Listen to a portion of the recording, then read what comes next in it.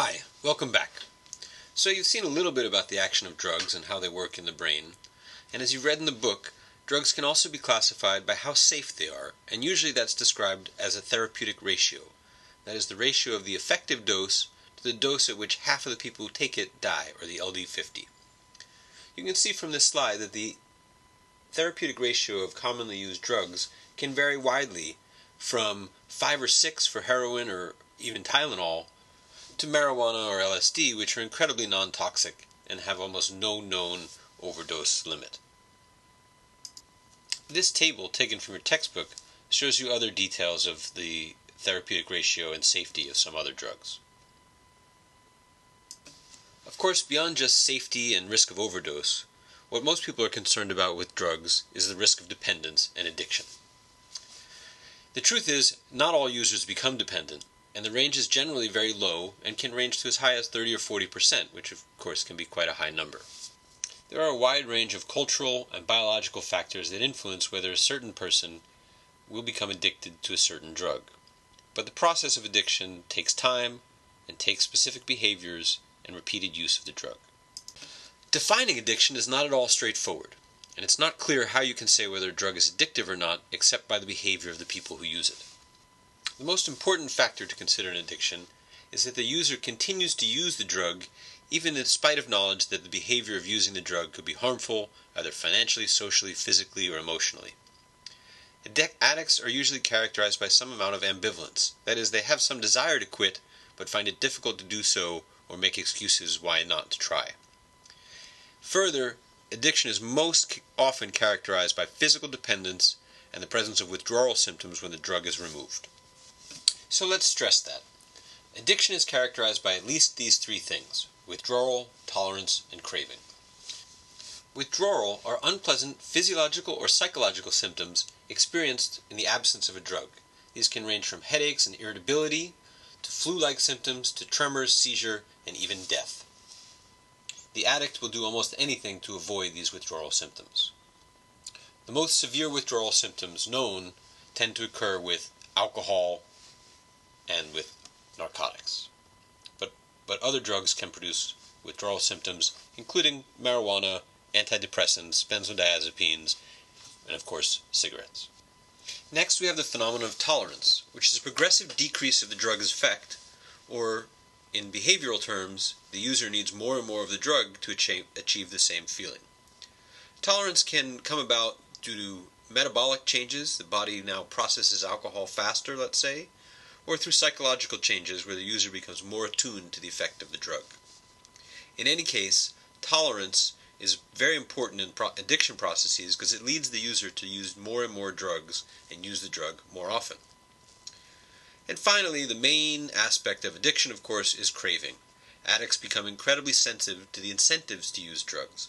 They have an overpowering sense of desire or want to use the drug, both to achieve the effects that are desirable and, most importantly, to avoid withdrawal. All that being said, we can now ask, when is addiction a psychological problem? Obviously, if you're addicted to caffeine or cigarettes, that could cause health problems, but we don't generally consider that a substance abuse problem or a psychological problem. Instead, we have another way of thinking about when drug abuse becomes psychologically unhealthy, and in that we follow the Diagnostic and Statistical Manual of Psychiatric Disorders put out by the American Psychiatric Association. In that manual, which we're going to hear a lot about later in the semester, we find 11 criteria for unhealthy substance use or substance abuse.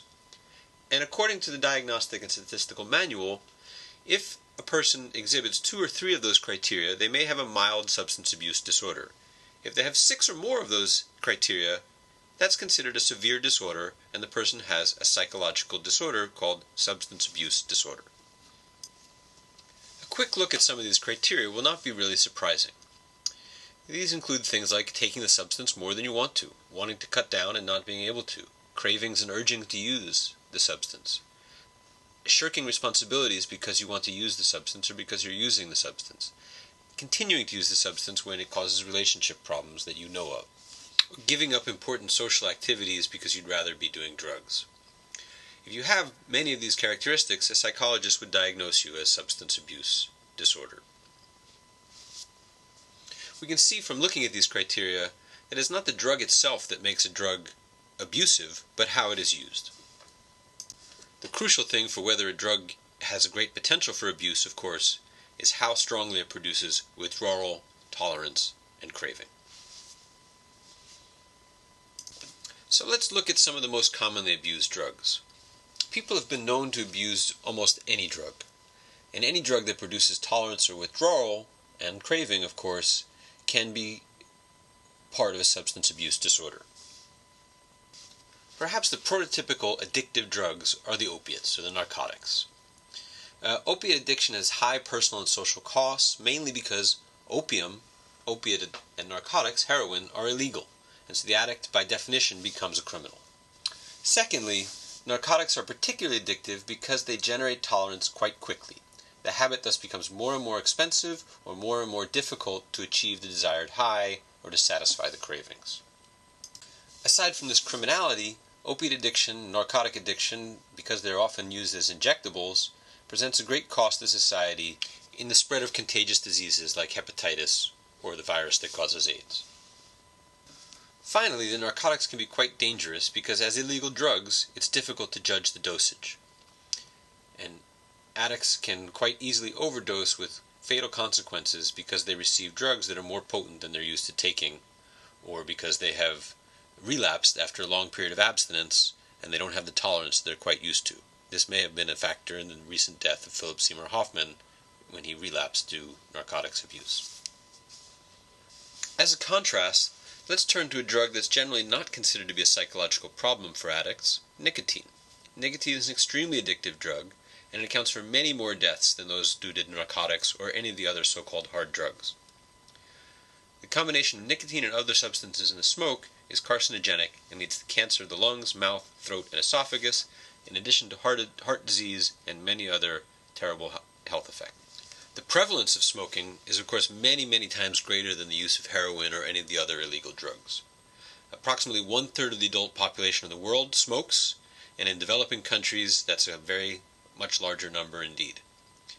As many as 50% of the people who begin to smoke as adolescents will die from smoking-related diseases. A much higher number than is true for something like heroin, which is a particularly dangerous, addictive drug. In fact, in the United States, tobacco addiction kills more people each year than are doing heroin at all, either in small amounts or as addicts. Of course, the drug that has the greatest cost to society is alcohol. A large percentage of deaths by motor vehicle and accident are caused by alcohol, violence associated with alcohol use, and also very severe physical effects on long-term alcoholics. Long-term alcohol abuse is not only destructive to families and social relationships, but can be quite damaging to both the liver and the brain, and ultimately leads to both liver failure and dementia. What's more, the withdrawal effects of alcohol are among the worst known. Although the heroin withdrawal is quite dramatic and is the subject of lots of movies and dramatic episodes and TV shows, the effects of alcohol withdrawal can be much worse. They range from seizures and tremors to death. Withdrawal from alcohol can be fatal. So as I'm sure you already know, drugs pose real dangers to individuals and to society. They range from physical damage like liver damage or dementia, through psychological damage like substance abuse disorder, societal problems like criminality, and the dangers associated with illicit manufacture, and the fact that in an illegal economy, the user is not quite sure what drug he's receiving. But does any of that explain our society's drug policies today? Many people argue that it does not, and that our drug policies are driven more by fear and prejudice than by rational scientific examination of the true dangers of drugs. Let's look at the next few videos to examine that in more detail.